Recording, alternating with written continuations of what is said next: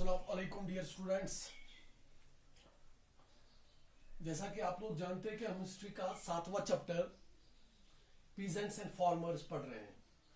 उसमें से ऑलरेडी हमने बहुत सारे इसके सब टॉपिक्स को क्लियर किया हुआ है।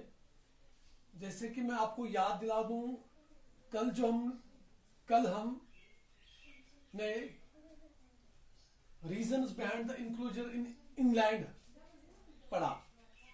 उसमें हमने देखा कि कैसे इंक्रीजिंग पॉपुलेशन की वजह से जो फूड ग्रेन्स की डिमांड जो है वो बढ़ गई। तो इस तरह से इंक्लूजर होने that proved positive for the enclosure of land in England. दूसरी उसकी बड़ी वजह थी कि जो एग्रीकल्चरल प्रोडक्ट्स जैसे wheat, sugar, milk, meat extra, इनका प्राइस जो है वो बढ़ गया। जब इनका प्राइस बढ़ा तो जो बिग लैंड लॉर्ड्स थे उनकी लालच भी इसके साथ साथ बढ़ गई, तो उन्होंने इंक्लोजर करना शुरू कर दिया। इसके बाद 19th सेंचुरी में जो ये इंक्लूजन इसको पॉजिटिवली लिया गया, इसको ऐसा समझा गया कि ये लॉन्ग टाइम इन्वेस्टमेंट के लिए प्रॉफिटेबल साबित हो सकता है।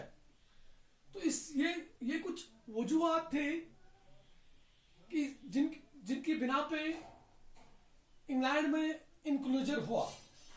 आज हम जो पढ़ने जा रहे हैं, that is the advantage and disadvantage of the use of mechanical harvesting machines in USA.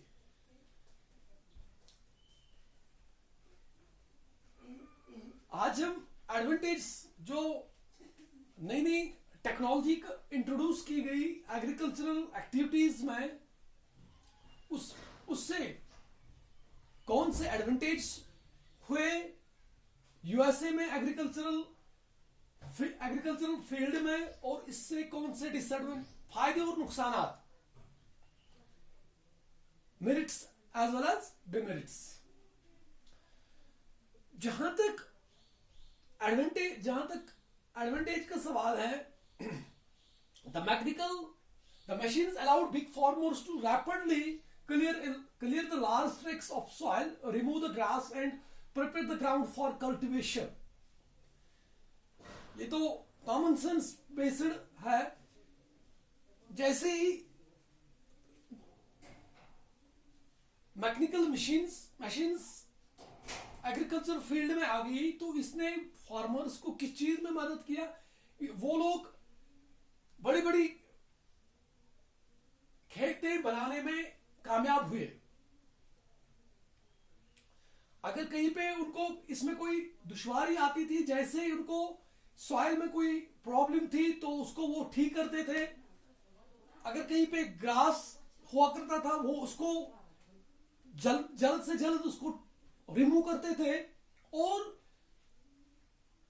With the help of these mechanical machines वो इस लैंड को प्रिपेयर करते थे फॉर द कल्टीवेशन। और इससे क्या होता था? इससे मिनिमम हैंड्स इसमें इन्वॉल्व होते थे। मींस मैन पावर की उतनी ज्यादा जरूरत नहीं पड़ती थी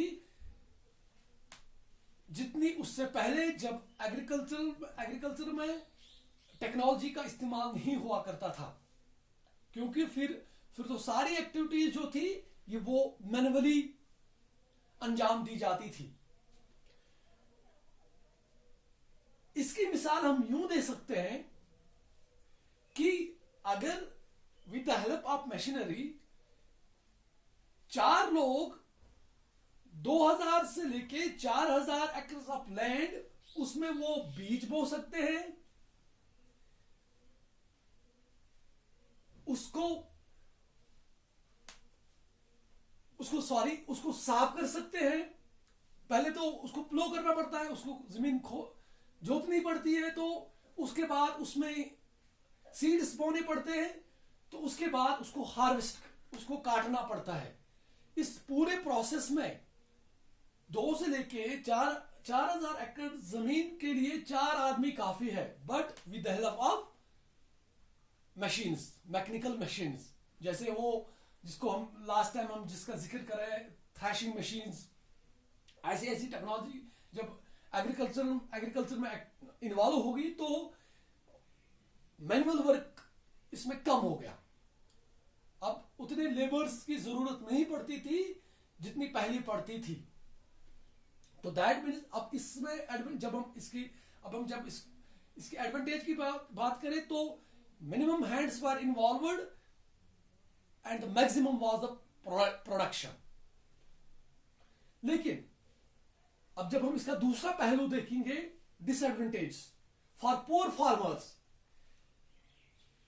गरीब तबके के लिए इसने उनके मुसीबतों में और इजाफा किया, उनकी जिंदगी मुसीबत बन के रह गई। कैसे? क्योंकि जिन फील्ड्स में वो काम करते थे, वहां पे जब मशीनरी का इस्तेमाल हो गया तो उनका जॉब उनसे छीन लिया गया, वो जॉबलेस हो गए। लेकिन अब इन गरीबों में भी, गरीब जिम्मेदारों में भी बहुत सारों ने ये मैकेनिकल मशीन्स लाई,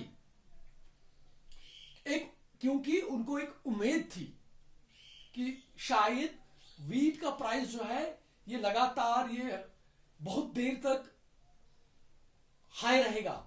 उनको ये पता नहीं था कि वीट का प्राइस जो है वो गिर जाएगा। अब इन गरीब जमींदारों में से जिसके पास अब पैसा नहीं हुआ करता था ये मशीनरी लाने के लिए, उनको बैंक लोन प्रोवाइड करते थे। अब जब उनको लोन प्रोवाइड किया गया, बहुत सारे गरीब जिम्मेदार ऐसे थे जो फिर इस काबिल ना बन सके कि वो इस लोन को रिपे कर पाए। तो इस तरह से उनकी जिंदगी जो है दैट बिकेम मिजरेबल। तो इस तरह से हमें यह पता चला कि with the introduction of mechanical machines in USA, इससे लोगों को फायदा भी हुआ और नुकसान भी हुआ। जहां तक फायदे की बात है, ये जो बड़े बड़े जिम्मेदार लोग थे उनको इससे फायदा हुआ, और जो गरीब लोग थे उनको इस वजह से उनकी मुसीबतों में इजाफा हुआ। तो आज के लिए इतना ही। कल हम इस चैप्टर को और आगे लेके चलेंगे। तब तक के लिए खुदा हाफिज।